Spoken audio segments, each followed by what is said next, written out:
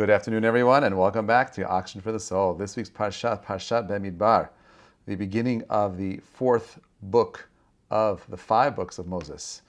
And the truth is that as far as books go, this is one of my favorites. It is a book that is the Sefer that is filled with what I think is the most interesting stories. The stories that you didn't get to hear or see or read about, or not read about, but actually watch from all the world of Hollywood, the movies that they produced and so on and so forth. They don't really get into the stories of Bamidbar. Bamidbar, you have the story of the Jews entering into the desert and all those things that take place over the 40 years in the desert. Specifically, the Meraglim, the story of the spies, the story of Korach, the story of the man being rejected by the Jewish people, the story of Bilam and Balak. There's so much here; it's so rich. And of course, each book has its own flavor and it has its own unique storytelling. But like every parasha, it requires a tremendous amount of study and depth. And what I want to do today, a little bit with you, is just to go through the first few psukim and just try to get a little bit of insight and walk away with hopefully some inspiration. So the parasha begins with as follows. It says, Vaydaber Hashem el Moshe, Bamidbar Sinai ba'ohel moed. God speaks to Moses in the desert, in the Sinai desert, through the Ohel Moed, the special tent. This is taking place on the second month, the first day of the second month, in the second year after they left from the land of Egypt. And he says as follows: Su'u et rosh kol adat b'nei Yisrael. I want you, Moshe, I want you, Moses, Moshe, I want you to count the Jewish people. Lemishpochatam, by their families. The Beit Avotam, I want you to count them against their father's house. But mispar shemot, the name of count their names. Kol zachar legul galotam. I want you to count all the names of according to their number. I want you to count their names. This is a very interesting idea over here. Like, why are the pasukim written this way? Why is God asking Moshe to count the names? So let's just take a step back. If you were to open up an English version of the book of Bamidbar, we know the word Bamidbar means the desert, but the book is called the book of Numbers. It's called the book of Numbers, Sefer Pekudim, the book of Numbers, because of the counting that's happening in this week's parasha over here, right? There's all this counting, and therefore there's this unbelievable idea of counting. And we know that the reason why Hashem counts the Jewish people and asks the Jews to be counted is simply because counting is an expression of love. We love counting the things that we have. And therefore, in the Parsha, Hashem is telling you, I want you to count the Jewish people because they're important. Each Jew has a unique mission over here. Each Jew has a specific thing that he or she can contribute to the Jewish world. So he says, I want you to count them because I want you to show how chaviv. But I want you to be mindful of something over here. I want you to be mindful of the fact that when you count, it also causes a gzerat shmat. It causes some type of a counting that can cause harm. It could cause an ayin hara when you count too much. So what does he say to him? He says to them over here, I want you to count et mishpachtam lebeit avotam b'mismar shimon. I want you to count their names. Don't count the people. Don't point out that, oh, it's this person and that person. Rather, I want you to count each person and I want you to count them by name. This is what David HaMelech got wrong. When David went ahead and counted, and there was a plague that broke out because he counted the Jewish people, it's because he actually counted the people, not their names. Over here, Hashem is telling Moshe, count the names of the people, but not the people themselves. Why? What difference does it make? Why does counting the person and versus the name make a difference? So I'm going to give you one explanation. Number one is that when you put someone into a number, right, like the Nazis did when they tattooed, numbers on their forearms. As a child, actually, one of my first memories of a Holocaust survivor was a neighbor of mine, lived around the corner. Her last name was Weiss.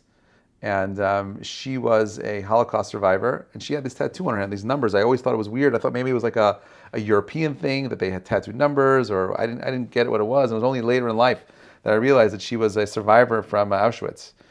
And then they put numbers on Jews to help take away their identity, remove anything personal about them. Your name is such a powerful part of who you are. Your name is your essence. The name is something that defines who you are. So by taking away a person's name, giving them a number, you're taking away their ability to have self-identity. Excuse me. And therefore, when Hashem says, don't count them by number, count them by name.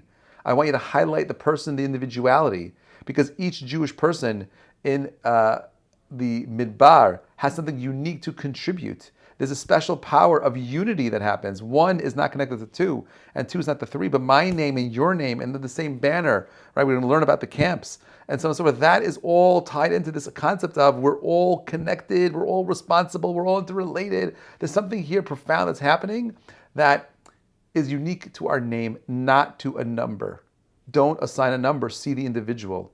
When Moshe met with each person, okay, he was someone who was able to understand their essence, their being. When you went to a Navi, he told you exactly what your job is, who to marry, what to tell your children, how to give them advice. He told them what job to take. He told you where to buy a house, he knew everything about your life to give you the ability of achieving greatness.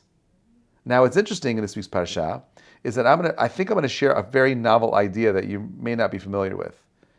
Pasuk says like this. He says, I want you to count each person. Shemot kol zachar legulgolotam. I want you to do a head count of every male according to the number of their names. Now, this word legulgolotam, right? What does that mean? It means like it's a weight, right? But the word legulgolotam comes from the word gilgul, right? A gilgul. What's a gilgul? A gilgul is a reincarnation. So what is Hashem saying to Moshe? I want you to count all these people, and when you're giving them advice, the whole purpose of that meeting with Moshe is they're going to go and get their name, and they're going to meet with Moshe. Moshe is going to have, the Navi is going to tell you what you need to do. Not only Hashem is saying, I want you to look at the person, I want you to look at every single gilgul, every reincarnation that these people are going to come into, I want you to look at them to the end of time. Now what's interesting is that it says, okay, kol zachar legulgolotam. I want you to look at every male and their gilgul. According to Reb Chaim Vital, I just found this out this past week. Did you know that most gilgulim are males and not females? And therefore, if you're a woman, you're most likely not a reincarnation. But most of the men are reincarnations. And the reason for this, because most women come into this world, I'm not saying it's impossible. It seems to me that most women are not reincarnations because when they come here, they're actually able to fulfill their tafkid most of the time. They're able to come here and fulfill their unique purpose and mission in this world most of the time. And men are unable to fulfill their tafkid. And therefore, it says specifically in the Pasuk, I want you to look at every single gilgul, but the men, not the women, because the issue is that the men, okay, let's just unpack for a minute. What is this gilgul that we're talking about exactly? How does it work? Each person comes to this world with a very unique mission that only they can accomplish and nobody else. If, for whatever reason, a person is unable to fulfill his mission, then he gets a second chance. He comes back as a gilgul, a reincarnation of something else. That reincarnation gets a chance also. Now, the truth is there are plenty of rabbinic sources, old rabbinic sources, like in the Gaonim time, that they did not believe in gilgulim at all. It's hard to discredit gilgulim because you look at something like the concept of yibum, right? Of marrying someone, a brother marrying a woman who was married to her brother-in-law and did not have children. That brother-in-law has a mitzvah to marry him, and the reason why that mitzvah is there, the Torah says, so that you can give him a body. You want to give that neshama a body to come back into this world, and only the brother can do it. So that's already a biblical source for something called gilgul. Okay, but over here it's a little different. Here it's specifically about the men being gilgulim. Over there, by the way, the woman doesn't have to. There's no concept of giving the woman another body to come back again. It's always the men, because the masculine power is the power that needs to be rectified more so than the men. Okay, the male energy is the energy that needs to be fixed, and not necessarily the female energy. I would argue that today, you have many women that have masculine energy and not feminine energy. And this is the first time in history, or one of the times in history, where you see a switch happening, where it's the feminine energy which is lost, and the masculine energy which is dominant everywhere. Okay, so Moshe says, Hashem says, Moshe, count these people, give them an identity, make sure it's clear who they are, and then afterwards, I want you to count them by name. Okay, great. Moshe, right? You're telling me to count every single person. Why do I need to go in and look at the future over here right now? Okay, and I believe this is a beautiful idea that kind of like segues into Shavuot a little bit. The whole purpose of this story right now, of us being in the desert, right? It's really about the idea of us being unified. We know that the precursor for the Jewish people getting to Har Sinai was Ki ish echad belev echad. The pasuk says Vayichen sham, and they camped there in the singular. Rashi points out they were there Ki ish echad belev echad. They achieved this level of unity.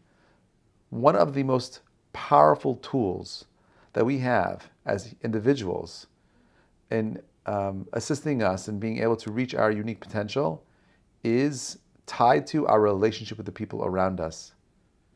It's the mitzvot of ben adam lechavero. And we're so worried about the chitzoni external things. You know, what am I wearing? Is my haircut short enough? Am I presenting more religiously? Am I outwardly doing religious things? When in reality, the real test at the core are the inner things. And they have to do with the relationship between man and man, or woman and woman, between man and his fellow man. Those mitzvot, ben adam lechavero, those mitzvot are the ones that God's going to take us to task for. God is not worried about your Shmirat Shabbat. Of course you should keep Shabbat. Of course you keep kosher. Of course you do all of those things. But at the end, totally at the end of all things, I have this little piece of hair sticking up over here. I don't know how to get rid of it. At the end of all things, right? What God really wants is for you to be a good human being. And the way in which you and I can become better, greater human beings is by recognizing that every single person was created in the spark of God, that every single person was created in the image of the divine, that every single person has something unique that they need to contribute. I believe that's what this Pasha is about at its core. Why are we going into the desert? Why does a pasuk have to remind us, Bamidbar in the desert? Like, why there? Why not just start straight out in Jerusalem? Bamidbar is a reminder that in the Midbar, Bamidbar is a place where God is speaking, Midaber. The word Midbar has the word Daber. In the desert is where God speaks. Let me explain what that means. I've taken many groups to Europe and Israel, a lot of young student groups. I've traveled with them. And one of the things I love doing with my groups is taking them out to the desert. We'll take them out to this area and the southern part of the Dead Sea, and we'll do like a Bedouin tent experience. And one of the things we do there at night is I go out on like a walk in the night in the desert. And I have them all walk into a space where they're alone, and I have them meditate in just the silence of the desert. And what I do is when I ask them to come back, I ask them if they heard anything. Did you hear any voices? Did you hear anything in the desert telling you anything? Was there any insight you had? The reason why the Jewish people went from Egypt into the desert and not straight into the land of Israel has nothing to do with the fact that they sinned. Think about it. God took the Jewish people from Egypt to Har Sinai, right? We're less than a week away. It's from Shavuot, right? This time period is the Shavuot, the weeks counting to what? Matan Torah. The whole purpose of us leaving Mitzrayim was to get to Har Sinai, right? Why give us the Torah in Har Sinai? Why not in Jerusalem? Now we know the geology, geographic area that Sinai is in, desert. Okay, it's the smallest mountain. It's all humble. I get it, beautiful, beautiful. But why Mount Moriah, which is where Jerusalem is today, right, was also a low mountain. It's the smallest. It's in the valley. It's the lowest mountain in that area. Why not give it there? And the reason I believe that God does not give us the Torah in Israel, two reasons. Now, reason number one, who owns the desert? Nobody. Nobody wants the desert. And the proof is that when the Jews conquered the Sinai desert, the Egyptians said, keep it, we don't want it. Keep the Sinai desert, we don't want the Sinai desert. Okay, great. The second reason is because God wants, I'm not sure why that just happened, but anyway, I just put my fingers in there, balloons that just flew up. I don't know how that happened. But anyway, the second reason why the Torah was given in the desert is because no one can claim that Judaism is tied to a specific land. Had the Torah been given in Jerusalem itself, okay, what would have happened? In order to be follower, a practitioner of Judaism, you have to be living in the land of Israel. It was specifically given in a place which is devoid of all material things. No one wants it. It's a place that no one claims ownership over. How are you and I able to absorb Torah? Are we able to clear our minds? Are we able to remove all gashmi things? Am I able to take myself into a place where I can completely be free of all material things? And if I can do those things, then that is the precursor. The first precursor is to remove all material things from my life. The second precursor is do I see how interconnected I am to the people around me? If you have those two things, then you can become one with the infinite. That's what we all want. We want that unity. We want that connection. We want, ultimately, emet. We want truth. How do we get there? I'll tell you how we get there. We get there by living the mission statement of the Jewish people. What's our mission statement? To be a mamlechet kohanim, a nation of priests. To be a goy kadosh, a holy nation. To be a or l'goyim, a people that bring light onto the nations. But we can't do that if you're triple parking. You can't do that if you're rude to the people around you. You can't do that if you don't recognize that every single human being has value. Do you know their name? Right? One of the names of this week's Parsha is Sefer, not Sefer Midbar, right? But Sefer Midaber, right? The book of speech, right? Because this is where all those conversations are having with God and the Jewish people. You want to be someone whose head counts, right? Do you value the names of the people around you? Are you able to go ahead and see the beauty of every single human being? I believe the reason why there's so much pain in the world today is simply because we don't spend enough time thinking about the people around us. We're so lost in our own world, so lost in thinking about our own selves. We don't give enough of ourselves to other people. We don't give enough of ourselves to the world around us. And in that space, we create so much more anxiety, so much more unhealthy depression. How do you get there? Very simple. Let go, let God. Forget about all the stuff around you. I'm not saying you shouldn't have beautiful things. Have all the beautiful things. But think about it at what expense. We say, Marbe nechasim, marbe da'aga. The more material things you have, the more worries you have. You need the things. And each thing that you take, make an assessment, it's another thing for you to worry about. Another car, another problem. Another thing, another issue. Right? Have those things, but don't allow the things that we have in life to become the main part of our essence or our being. Become something more. That is what I believe this parsha is about. Go through the parsha itself. Read all the names of the parsha, the people that are mentioned in the parsha. Go back and spend some time clarifying the fine points of who these people are, what they did. Why are we talking about their gifts? Why are we talking about the things that they imparted to the Jewish people? And it's very simple.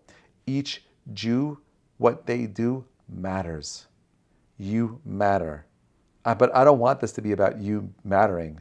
I want you to recognize that the people around you matter. The people watching this, you matter. But more important than you thinking about yourself mattering, think about the person who's in the room or next door. They matter too. Bamidbar means sometimes in life we got to put ourselves into a place, a desolate place, remove all things so we can stop thinking about the self and start thinking more about the world around us. And in that space, I believe, midaber, God is speaking to you. Sometimes you got to quiet the mind, quiet the space around you, so you could allow God's voice to be heard. Wishing you all a Shabbat Shalom Mevarach and a Chag Sameach. Thank you so much for listening. See you Bezrat Hashem in 2 weeks. Next week is a holiday, so we won't be giving a class. So Bezrat Hashem in 2 weeks. Shabbat Shalom, everybody.